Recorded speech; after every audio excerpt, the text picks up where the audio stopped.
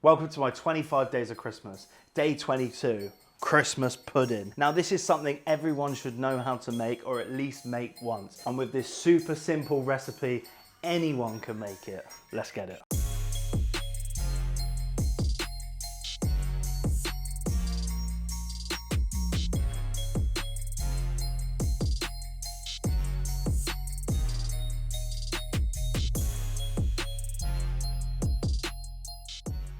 Now, Christmas pudding. Loved by some, hated by others. I personally love it, and we're gonna make a super quick and simple one today. We've got raisins, currants, and peels. Yesterday, I took this, I poured over a good amount of brandy. I've just left it to soak overnight. I'm gonna get those straight into the bowl. Apple, cooking apple. They don't taste nice when you eat them raw, but luckily we're cooking them. We're gonna take the top and bottom off, peel around. We cut this apple around the core into slices. We slice through the slices to make batons. This can be as rustic or as neat as you want it to be. It could be big chunky bits of apple with the skin on. You could have glacé cherries in there, dried figs. You can go with this wherever you want. This is just how I like it. Once we've got these little apple batons on the board, we turn those horizontally and we then slice through, and that creates that fine dice. Then we lift up straight into the bowl. Orange, lemon.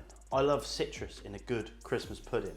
I'm gonna take the zest of one orange, the zest of one lemon, and the juice of both straight into our mix. Now we've got our suet. This is beef fat. You could use vegetable fat if you wanted, but beef fat suet has that lovely, warm, sort of comforting, proper English flavour that you want. Hit of brown sugar and our breadcrumbs. And this is very much a mix it up in a bowl recipe. It's a very easy one to do at home. It's the weighing out, getting all the ingredients together that really take the time on this one. Flour in, 3 eggs, straight in the bowl. Spices, cinnamon, nutmeg, allspice, clove, and ginger. Now traditionally it's got ground coriander in it as well, but we don't really want to go down that road today. We're just sticking with a proper Christmas winter spices. All our ingredients are now in the bowl. All we need to do is mix this. This is an old pudding dish. Your nan's probably got one of these down the back of her cupboard at some point. Put it in the fridge, take it out the fridge, and then you grease it while it's cold so the warm butter sticks to the cold porcelain. We've got our mixture mixed up. We're just gonna plonk it straight into our greased pudding bowl and then press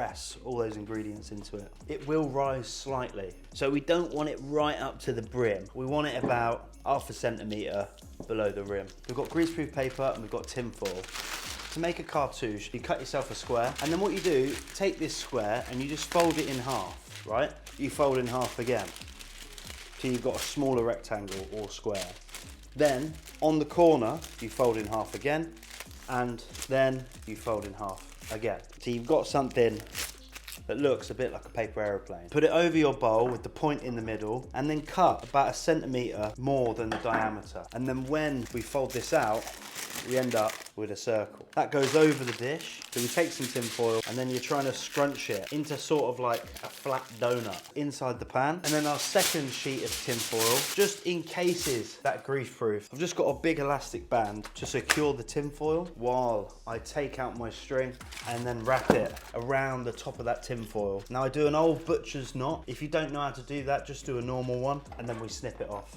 And don't forget to take that elastic band off before you stick it in your pan. And then take our hot water and just pour that down the side of the mould. And you're looking to fill it about halfway. We're gonna stick this on the stove now for about 5 hours. As you can tell by the lack of light, it has been 5 hours. Now this pudding needs 5 hours of a rolling steam. That bain-marie that we created, as long as the lid is on properly, that will keep the moisture in. So we've got a pan here, lid off, lift out that pudding mould. Now we're just gonna release the string. This is ready to serve now. If you wanted to keep this, put it in your fridge at this stage. Add booze throughout the year if you wanna make it really early. You could double up this recipe, make one now, and then make one for next year, and just feed it a touch of brandy every month. This is a proper old school English pudding that will stand the test of time. And you can see the mottled raisins and suet is soaked together into this stunning steamed pudding. It smells exactly like it should. So now we take our plate and we flip. And with any luck,